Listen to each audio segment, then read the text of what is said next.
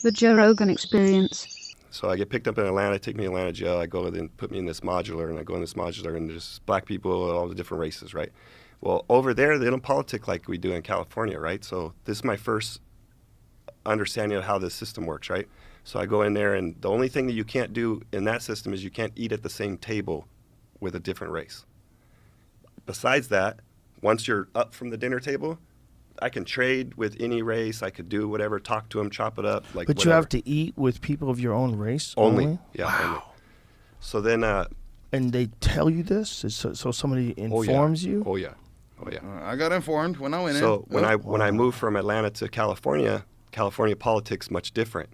You can't trade. You can't trade with blacks. You can't trade with others. You can't trade with. Whoa.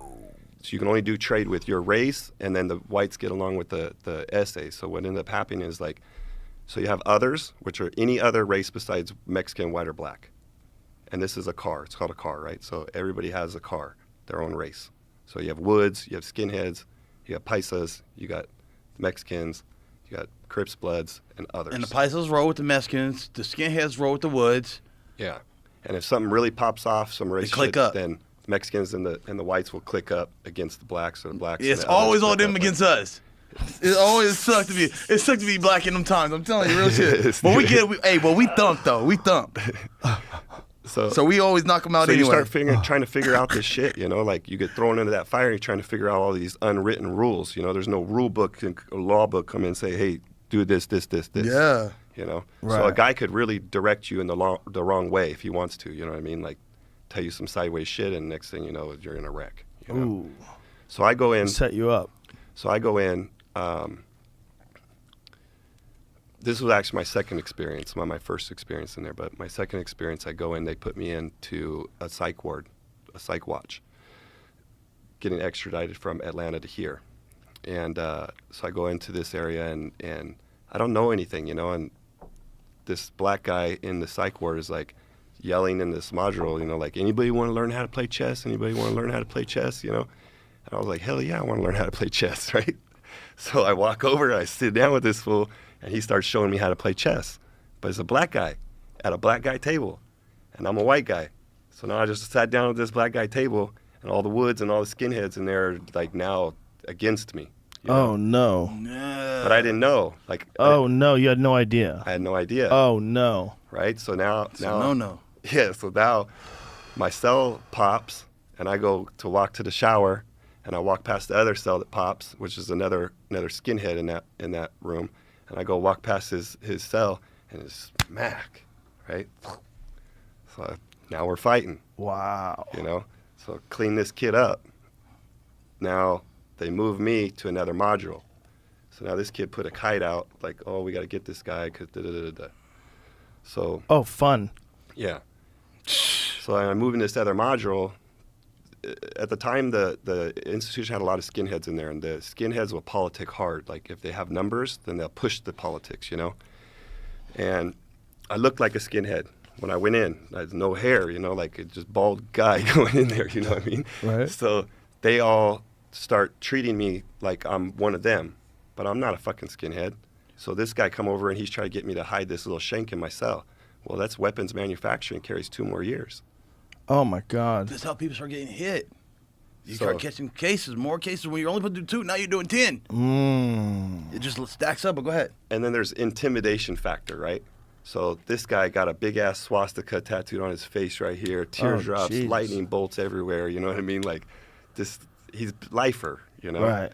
So big shit goes down. I end up choking this guy unconscious. Oh, Jesus Christ. Drag him out of my cell because he's trying to get me to hold this shank in my cell. I can't, not doing this, bro. And you come in my cell, it's on.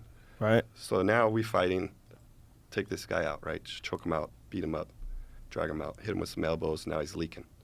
So drag his ass out into the little modular. So do they know you can fight before you're in here? They don't know. No. They have to No. How long before they figure it out? Well, it took word a start minute. traveling. It took a Word minute travel. because most of the fighting goes on in the cell or in a shower. You know what I mean? So when the fight actually broke out in the open, when I was fighting multiple people, is what happened. And then all the fucking guards watched. Everybody's watching from their cells. You know, like this is a different time. So this whole incident takes place. I beat this guy up, take him out of my cell. Right now, they take him away. They move this guy out of the modular. Did they get mad at you? No, they just come in. You know, they don't really care. The guards don't give a shit. They don't give a shit. So you fucked that dude up. Is he out cold? Does he have a? Do they have to ask him? Do they have to ask him what his story is? I don't give a fuck. But they don't ask you. They just let you go. It's okay. No, like is there a punishment? That's what I'm getting at. They locked me in my cell. I couldn't get out of my cell for like 2 weeks. Oh, for 2 weeks. Yeah. Just alone in yourself, constant. Yeah, nothing. They nothing won't but pop yourself. the door. So what happens Really? is for a certain amount of hours of the day, they got to pop the door and let you into a bigger cell, a bigger room. You know what I mean? So I just couldn't get into the day room for like 2 weeks. But the crazy shit of it all is, like I'm trying to tell you, I'm trying to learn this system, right? There's new rules. So what happens is this guy, okay, we talk about the cars and the races, right? So each race has their own car, which means there's a key holder. And the key holder to that car controls the race. So they make decisions for the race. They kind of keep other races out of car wrecks. Like now we got a feud with the blacks, or we got a feud with the Mexicans, or whatever. They call them car wrecks. Yeah. Well, if we get in a fight with them, the key holder is the guy that can communicate with the other key holders to the races and try and keep peace. They don't go and delegate it. Wow. Yeah. And so I done had it happen where we finna get it down with the Mexicans, and then our keys will go and they keys, and we finna jump. We get ready to jump, and they shake hands. All right, it ain't going, and then it go back down. So, yeah, and you're trying to figure all this out. So what happened was I beat this fool's ass, and now I got the keys. Oh wow. But I can't have the keys because I'm a first termer. So first termer's not allowed to have the keys. But nobody wanted to try to take the keys from me.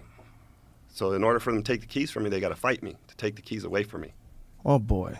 So that kind of changed the dynamics of the room, because now I'm able to navigate with these other races and have these conversations with these fucking ignorant people that don't understand how to really talk. You know what I mean? Like how to communicate and keep things cool. They misunderstand what this guy says or misinterpret what this guy says, and next thing you know, it's hot for everybody, you know? And it's just misinterpretations. Yeah, because they're dumb. Most of these guys are dumb, bro. Like, they're like the conversation, it made me, in some ways, you're sitting there listening to these guys, you're like, these guys really think this shit? Like they fighting about the dumbest shit. Yeah. So cities fighting over teams, fighting over just the dumbest shit. Xbox and PlayStation, and somebody said something wrong, and then that escalated into something that was personal. Yeah. That's quick. So now they take me from there. That incident takes place, right, and we resolve some of that stuff. But now these guys are in different modulars, so now they're putting these kites out to try and get me as I'm going to court. So what happens is they catch a chain with some guys, and then we go into these holding tanks, all these different holding tanks, and you get put in that holding tank with that guy that got a kite that's looking for you. And now it's on. It's cracking. You know what I mean? Whoa. So I'm sitting in my cell. I'm getting ready to go to court, and there's these two huge-ass guys. And they're in there talking to each other about trying to get me. But they don't know that it's me. So I'm sitting in there. I'm listening to everything that they're trying to do and how they're going to try and set this shit up. And I'm sitting right in front of them. And they don't even realize it's me. Wow. And I'm thinking, honestly, I'm like, these are big motherfuckers. I'm thinking, they're going to take me out. Like, there's only so much you can do. You know what I mean? Numbers. So I make it through that whole process, and I catch the chain. And when I catch the chain, they take you from county to state. And I catch the chain with this same asshole that I got into it with, I took the keys from. Oh, my goodness. And this is, like, he's been in the system a long time, right? So now we catch the chain, and we go over to Donovan, RJ Donovan. It's a 4 yards. Level 4. Do you know how that works? No. Level 4 being the highest level, most dangerous criminals. People. Yeah. The next level is Superdome in San Diego. So why'd they bring you to Colorado. a level 4? Because my charges, the kidnapping thing. All that, because those charges were so intense, they put you in with those people, you know? Yeah. Holy shit. So when I catch the chain, right, I go over there, I catch the chain, and this guy's just like, I'm going to fucking kill you. I'm going to kill you. Like, we're going to get you, you know? And I'm just thinking the whole time, like, this chain comes off, I'm going to rip this guy's ass apart again, you know what I mean? So I go into reception, and we're in a cell block. It's like 360 degrees with a gunner and all this stuff, some desks, and they come check you in. And now our cell's like, we don't get out of our cell now until they intake us, right? So now I'm in there, it's like 3 months.